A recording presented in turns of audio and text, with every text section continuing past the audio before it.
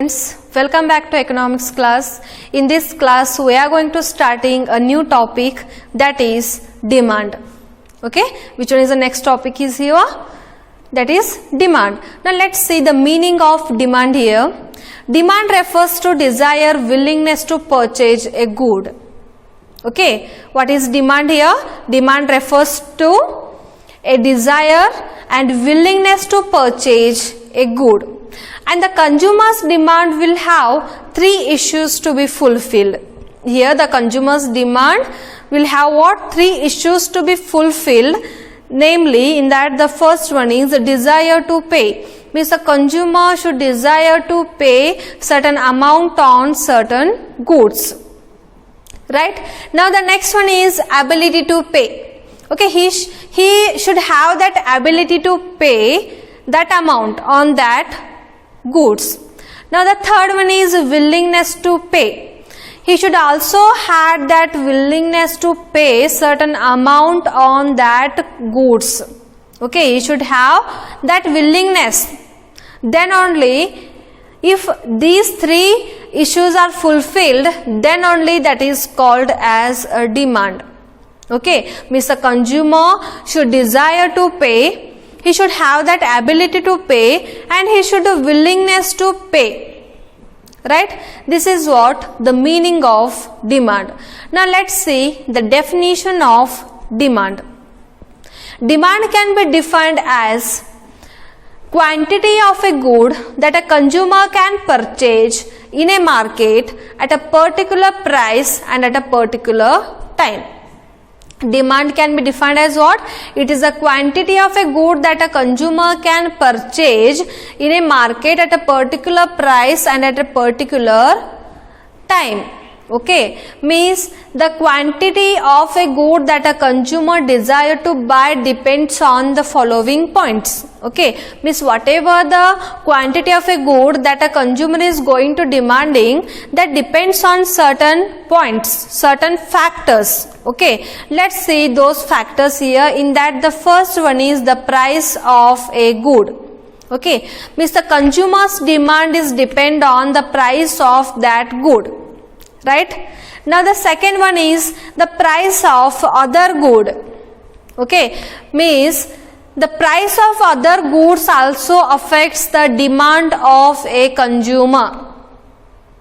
Now the third one is the consumer's income. Yes, means the demand of a consumer is depend on the income of that consumer. Is it right? Means the demand is depend on the income of a consumer. Now the fourth point is his taste and preferences. Okay, the demand of a consumer is also depend on the taste and preferences of a consumer. Okay, these four are very important. Okay, and these four factors may affect on what? The demand of a consumer. Okay, and these are also called as the determinants of demand. Here there are four determinants of demand. These are what? The four determinants of demand. The first one is the price of a good, the price of related good, the consumer's income, his taste and preferences. Okay, these are also called as what here? The determinants of demand. Now let's see the demand function. The demand function shows the relationship between quantity demanded and its determinants. Okay, the demand function shows the relationship between quantity demanded by a consumer and its determinants. Here there are four determinants. Those are the price of a good, the price of other good, the income of a consumer, and his taste and preferences. Okay, means taste and preferences of a consumer. It can be expressed as follows. Okay, the demand function can be expressed as follows. QD of X is equal to F P, PR, Y, T. Okay, now I will explain this demand function.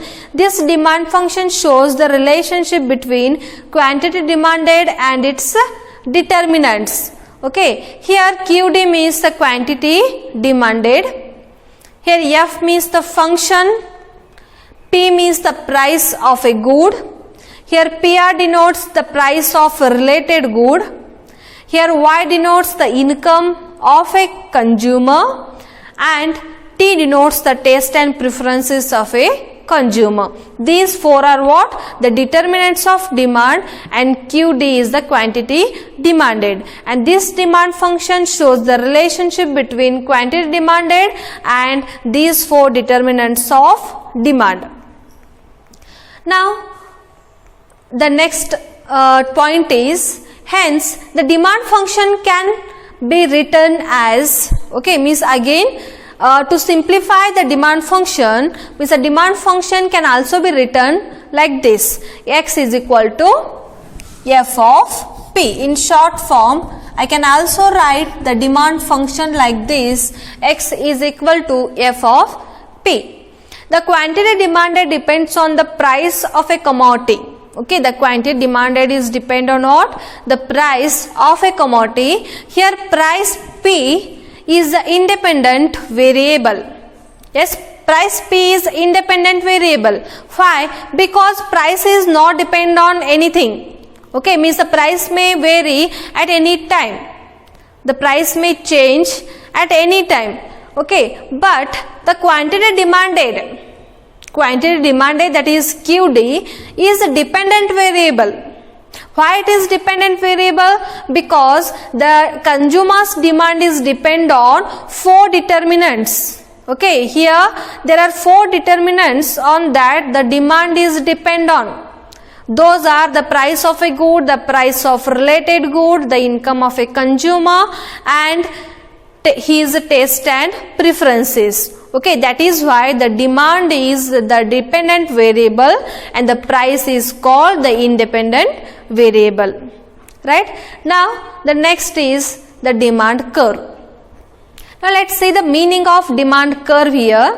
The graphical representation of the demand function is called the demand curve. Okay, the graphical representation of the demand function is called demand curve. Now see here, the demand curve looks like this. This is what the x-axis and the y-axis. Here quantity is measured on OX-axis and price is measured on the OY-axis. This curve is what? The demand curve. This is what? The graphical representation of the demand curve. It is the graphical representation of the demand function is called the demand curve. Right? Now let's see one example for the demand curve. Consider a situation where P means what? The price, B the values 0, 1, 2 and 3. Okay, here they given the values of P as 0, 1, 2 and 3. And suppose the corresponding values of X, okay, the corresponding values of X are 10, 15, 18, 20 respectively. Okay, here they given the values of P and also the X. Okay, here P and X are related by the function X is equal to F of P, which can be defined as follows. Means now we should have to fill up these values under this function. Okay, now let's see here. The first value of X is how much here? That is 10. Okay, what is the value of X here? 10 is equal to F of P. P's value is how much here? The first value of P is here 0. The next is the value of X is 15 and the value of P is how much here? 1. Next is the value of X is 18 and the value of P is how much here? 2. Next the value of X is 20 and the value of P is how much? That is 3. Now look at the amounts here. Look at the values. These are the values of X and these are the values of P. Right? See here, the values of x is gone increasing with increasing price. Okay, means here x means the quantity demanded. Okay, means here demand is increasing with increase in the price. Okay, here the values of x is increasing with increasing in the price. This function is called the increasing function. If the values of x is increasing with increase in the price p, then this function is called the increasing function, right? Now let's see the graph of the increasing function. This graph is upward sloping curve. This shows what? The upward sloping of demand curve. Here the values of x is increasing. Okay, on the OX axis, here we measure the quantity demanded, and on the OY axis we will measure the price. Okay, here the quantity demanded is gone increasing with increase in the price. Therefore, this function is what? The increasing function. This function shows what? The increasing function. Right? Understood now what is increasing function? If the values of x is increasing with increase in the price, then it is called increasing function. And this graph is upward sloping curve. This graph is called what here? Upward sloping curve with increase in the values of x with what? Increasing with the values of p. Now let's see another example for this here. Consider another situation where p can take the values as 0, 5, 10 and 20, and corresponding values of x are 100, 90, 70 and 40 respectively. Now here p and x are related by the function x is equal to f of p, which can defined as follows. Okay, here again we fill up these values under this function. Okay, take the first value of x here. The first value of x is how much here? 100. Okay, and what is the value of p here? That is 0. Now the second value of x is how much here? 90. And what is the value of p here? That is 5. Now the third value of x is 70 and the value of p is 10. The fourth value of x is 40 and the value of p is 20. Now look at the values here.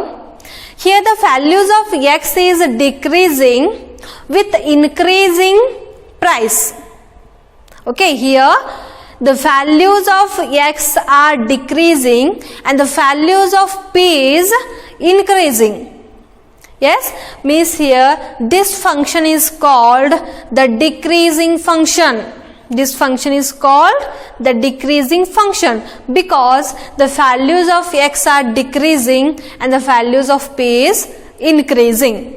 Okay, now let's see the graph of the decreasing function here. This graph is downward sloping.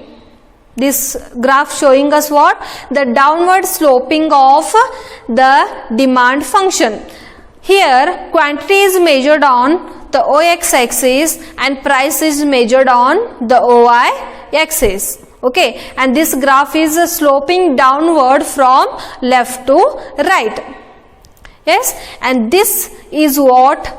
The decreasing function, because here the values of x are decreasing with increase in the price. That is why it is called the decreasing function. And in the last example, the values of x are increasing with increasing price. That is why it is called increasing function. Right? Now in the next class, we will take another most important topic, that is the law of demand. Okay? Thank you.